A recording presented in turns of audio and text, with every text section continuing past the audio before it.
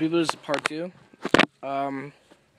Some cars have stuff like this. Some cars don't. The BMW used to hold the what do you call it, pads in the caliper, and then there's a pin going through with a wire, not like this, but one that kind of goes under the pins that go through to keep pressure on the pins, and then those go right through the back of the pads, and then that's what holds the pads in. Some cars, like my dad's BMW, you can pull out that pin and just slip out the pads without even taking off the caliper, but you will have to like push in the piston, so that's why. But this car, the Lexus SC300, happens to have these, which did not come with the new pads, so I gotta try to reuse these pins. And what these pins do, I guess they just keep the pads aligned for when you put the new ones on.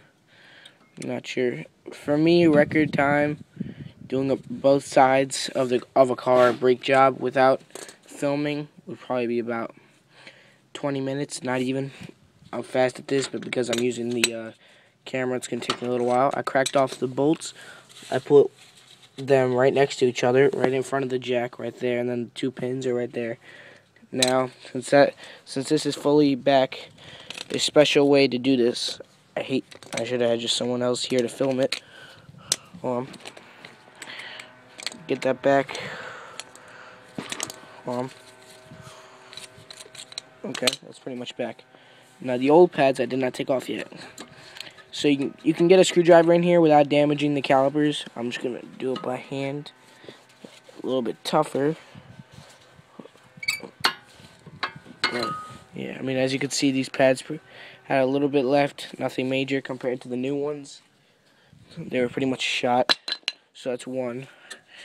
These you could throw them out, or if your parents are into scrap metal, or whatever you want to do. The main purpose of this video is because most people don't want to spend the money on getting brakes done, even though it's only, probably for most people who don't know anything about cars, it'll probably be about $150 to do pads, or pads in, yeah, just pads, about $150.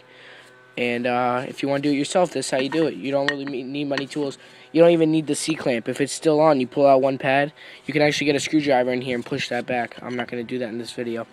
Now, the reason I got the old pad here is because when you're pushing back these pistons, if you want to save your if you're going to do new calipers, nobody cares. But if you want to save your calipers, which is what everyone wants to do in a brake job, you cannot put pressure on the piston a little bit on this side, a little bit on this side, let it bend, and then do the other side.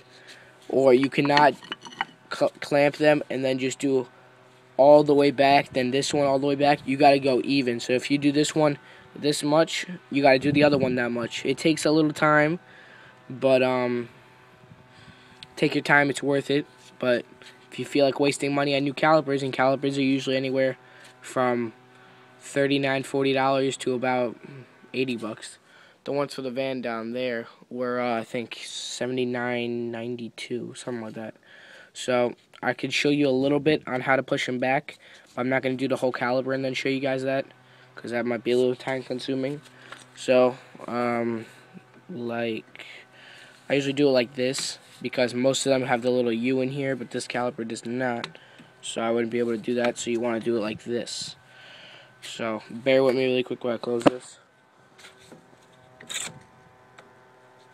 Start tightening it up just a little bit.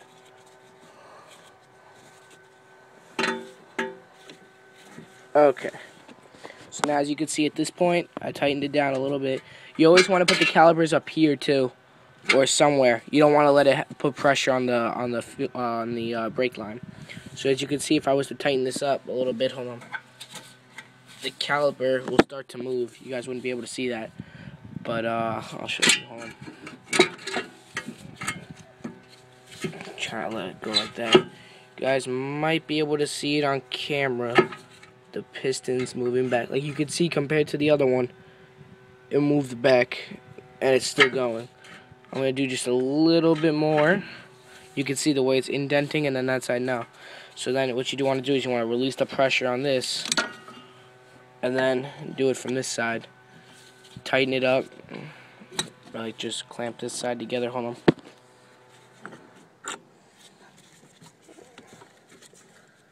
And as you can see, as I'm tightening down the other side, you can see how much I did, that they're not even touching.